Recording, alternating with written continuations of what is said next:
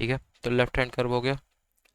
अब है important formula related two elements of simple circular curve. अब कुछ फार्मूलाज हैं जो कि सिंपल सर्कुलर कर्व्स के रिलेटेड है। ठीक है, सिंपल सर्कुलर कर्व के कुछ फार्मूलाज हैं, उसकी बात करते हैं। लेंथ ऑफ कर्व तो फार्मूला क्या होता है, pi R delta by 180 degree. ठीक है, pi R delta by 180 degree या कि 2 pi R by 360 into deflection angle जो होता है। ठीक है, टेंजेंट लेंथ क्या होता है, R ten delta by two. R ten delta by two, ये सारे फार्मूले याद रखना है, इनमें डायरेक्ट क्वेश्चन आता है। लेंथ ऑफ लॉन्गेस्ट कॉर्ड क्या होता है, 2 r sin डेल्टा बाई 2। ठीक है, एपेक्स डिस्टेंस क्या होता है, R sec delta by 2 - 1। Mid ordinate क्या होता है, आर 1 - cos डेल्टा बाई 2, या कि मिड ऑर्डिनेट को 2 r sin square delta by 4 भी लिख सकते हैं, पर ये याद रखें, ज़्यादा कन्वीनियंट। ठीक है, फिर एपेक्स डिस्टेंस क्या होता है, R sec delta by 2 - 1। Length of longest chord 2 r sin delta by 2, length tangent length R ten delta by 2। ठीक है, अब डेजिग्नेशन ऑफ कर्व की बात करें तो कर्व को कैसे डेजिग्नेट करेंगे, by radius of curvature, by degree of curvature. ठीक है, डिग्री ऑफ कर्वेचर क्या है, it is defined as the angle subtended by arc और angle subtended by chord of 30 metre और 20 metre length of chain at the centre of the curve. ठीक है, तो degree of curvature क्या है, ये वो एंगल है जो कॉर्ड 30 मीटर या 20 मीटर लेंथ की कॉर्ड, जो 30 मीटर है 20 मीटर लेंथ ऑफ चेन की कॉर्ड वो एंगल जो कि कॉर्ड सबटेंड करता है 30 मीटर या 20 मीटर लेंथ ऑफ चेन की मदद से, किस पे, सेंटर ऑफ कर्व पे। ठीक है, ये हो जाएगा डिग्री ऑफ कर्वेचर। रेडियस क्या है, वन चेन लेंथ इंटू 180/π×8, या कि 1719 या कि 1720/थीटा 30 मीटर के लिए, 1146/थीटा 20 मीटर के लिए। ठीक है, तो ये रेडियस की वैल्यू ध्यान रखनी है।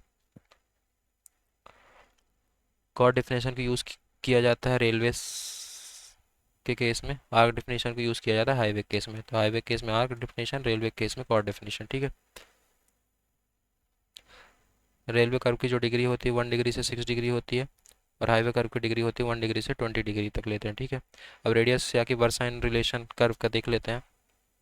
ये कुछ रिलेशन है, v = c² / br, जिसमें b cr मीटर में होता है, c v = 125 c² / r, जिसमें cr मीटर में होता है, v सेंटीमीटर में होता है, v = 1.5 c² / r, cr feet में, v इंच में। ठीक है, ये तो इम्पोर्टेंट नहीं है, बस देखे रहना ताकि कभी नज़र के सामने से गुजरे तो अपन टिक कर सके। ठीक है, फिर आता है सेटिंग आउट ऑफ कर्व।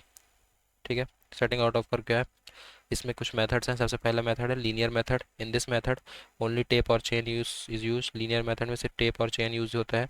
इसको तभी यूज़ करते हैं जब हाई डिग्री एक्यूरेसी की रिक्वायर्ड ना हो और कर्व शॉर्ट हो। ठीक है, फिर linear method of setting out of curve की बात करें तो कुछ मेथड्स हैं लीनियर मेथड्स के। बाई, सबसे पहले बाई ऑफसेट मेथड, या कि ordinate from long cord.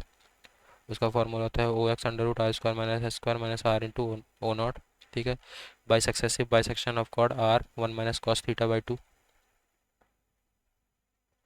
By offset from tangent r - √r² - s r² perpendicular offset के लिए, r² + x² - r radial offset के लिए। ठीक है, by offset from chord products produced और डिफ्लेक्शन डिस्टेंस, ये हो जाएगा ON cn/2r cn - 1 + cn।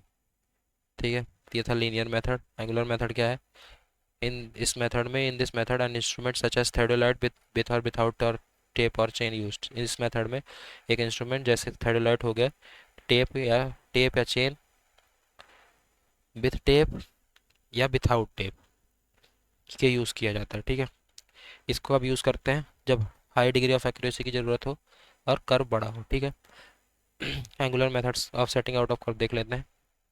इसके 3 मेथड हैं, two theodolite method, tacheometric method और रैंकाइंस मेथड। ठीक है, टू थर्डलाइट मेथड क्या होता है, this is most suitable method based on the principle that deflection angle between a tangent and a chord is equal to the angle with which the chord subtend in the alternate segment. ठीक है, ये काफ़ी suitable method है। ये किस principal पे base होता है कि डिफ्लेक्शन एंगल जो होता है टेंजेंट और कॉर्ड के बीच, वो इक्वल होता है angle which the chord subtend in the alternate segment. ठीक है, ये प्रिंसिपल ध्यान रखना है टू थर्डलाइट मेथड का।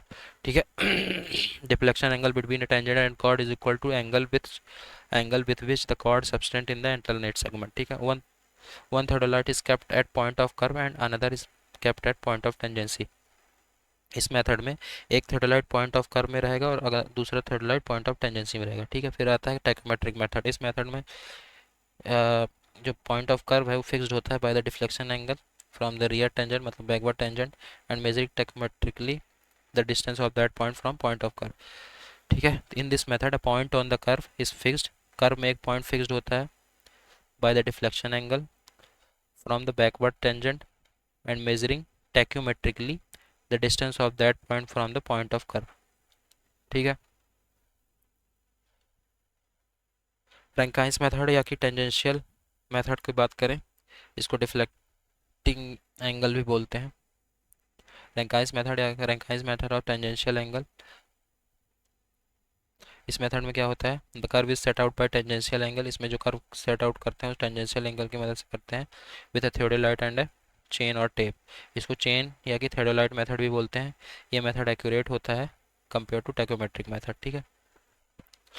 तो यहाँ पे अपना कर्व कंप्लीट होता है और इसी के साथ सेकंड पार्ट ऑफ सर्वेइंग भी कंप्लीट होता है। थर्ड पार्ट ऑफ सर्वेइंग अपन करेंगे नेक्स्ट लेक्चर से। Okay, so thank you so much.